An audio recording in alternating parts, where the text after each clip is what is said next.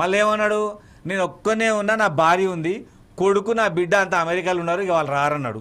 వచ్చి ఏం చేసిరండి, కేటీఆర్ వచ్చి మహేందర్ రెడ్డిని ఖతం చేసిండు, కేకే మహేందర్ రెడ్డిని. ఇట్లాంటి పేర్లు చెప్తా ఒక 25 మంది.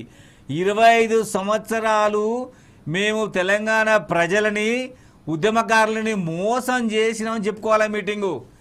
ఆయన మొత్తం మోసం చేసిన మొత్తం చెప్పి మీ దండం పెడతా, కాళ్ళు మొక్కుతా, మీ అందరికి కూడా ప్రజలై మీ కాళ్ళు నెత్తిన పోసుకుంటే తప్పైపోయిందని చెప్పాలి ఆ మీటింగ్లో. దళిత ముఖ్యమంత్రి మీద స్పష్టమైన మాట చెప్పాలి, ఎందుకు మాట తప్పిండో. ఇటువంటి మాట తప్పిన వ్యక్తుల్ని తెలంగాణ నమ్ముతారా అండి? అసలు ఎల్పీ సమావేశంలో దళిత ముఖ్యమంత్రి గురించి చర్చ వచ్చిందా? అది పోయిపోయింది. వీళ్ళు ఎవరు లేడు, దళితుడు లేడు, వీళ్ళు అసలు ఎవడు కేపబుల్ లేదని చెప్పేసి మళ్ళీ అయినండి. వీళ్ళ లక్ష్యమే లేదండి. ఈసారి ఎన్నికల్లో అధికారం పోయింది. వీళ్ళు ఇప్పుడు ప్రజలు, నేను ఒక ఛాలెంజ్ ఇస్తున్నాను వెంకరెడ్డి గారు, ఇట్లాంటి వాళ్ళతో నేను మాట్లాడలేను, కానీ ఈ టీఆర్ఎస్ మీటింగ్ బీఆర్ఎస్ మీటింగ్కి డబ్బులు ఇవ్వకుండా ఎవడన్నా వస్తాడండి ఒక మనిషి? డబ్బులు ఇవ్వకుండా 8 కోట్ల రూపాయలు ఆర్టీసీకి కట్టిండ్రు. ఇక సారకు వేరే, బీరుకి వేరే, మనిషికి వేరే. పార్టీ అనండి, దానికి ఒక లక్ష్యం ఉందా? వాళ్ళకి ఎవరు చెప్పండి పార్టీ? బీజేపీకి ఎగ్డేవారో ఒక కాన్సెప్ట్ ఉన్న పార్టీ, కమ్యూనిస్ట్కో కార్ల్ మార్క్స్, కాంగ్రెస్ పార్టీకి ఒక గాంధీ, బహుజన సమాజ్ పార్టీకి అంబేద్కర్. వీళ్ళకి ఎవరు ఉన్నారండి? అంతా తూట్ పాలిష్ బ్యాచ్ ఇదంతా. ఏమన్నా పార్టీ అయినా దానికి ఏమైనా లక్ష్యం ఉందా? వాళ్ళ మేనిఫెస్టో ఉంటుందా అండి? వాళ్ళకేమన్నా ఆదర్శమైన పార్టీ?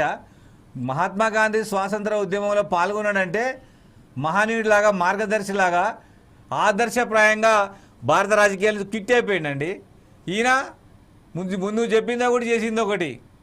మొత్తం మీకే అన్నాడు, 1,00,000 కోట్లు మింగిడు వాళ్ళ కుటుంబానికి, వాళ్ళ కులానికి తప్పించి. ఏమండి నేను అడుగుతున్న డైరెక్ట్ ప్రశ్న, వాళ్ళ బిడ్డ ఓడిపోగానే గజ వణికి 3 నెలలకే 6 నెలలకే ఎమ్మెల్యే చేసిండు కదా.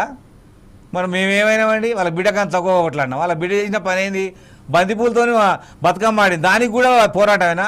ఇంకొక ఆయన వాళ్ళ ఇంట్లో ఉన్న ట్యాబ్లెట్ ఇచ్చిన ఆయన ఎంపీయా చెప్పండి? కేటీఆర్ చేసింది అని చెప్పిన తెలంగాణ కోసం. అసలు పార్లమెంట్లో తెలంగాణ బిల్లు పెట్టిన రోజే ఇంట్లో పోయినాడు కేసీఆర్. పార్లమెంట్లో ఢిల్లీలో ఇంట్లో పోయినాడు, బయటికే రాలే.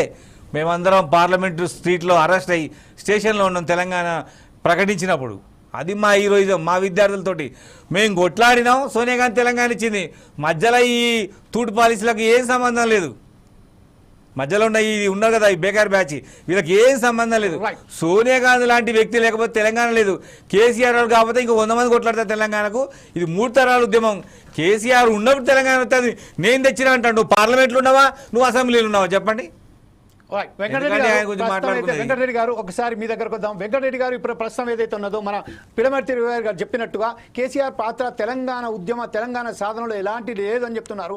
కేవలం తన కుటుంబానికి సంబంధించి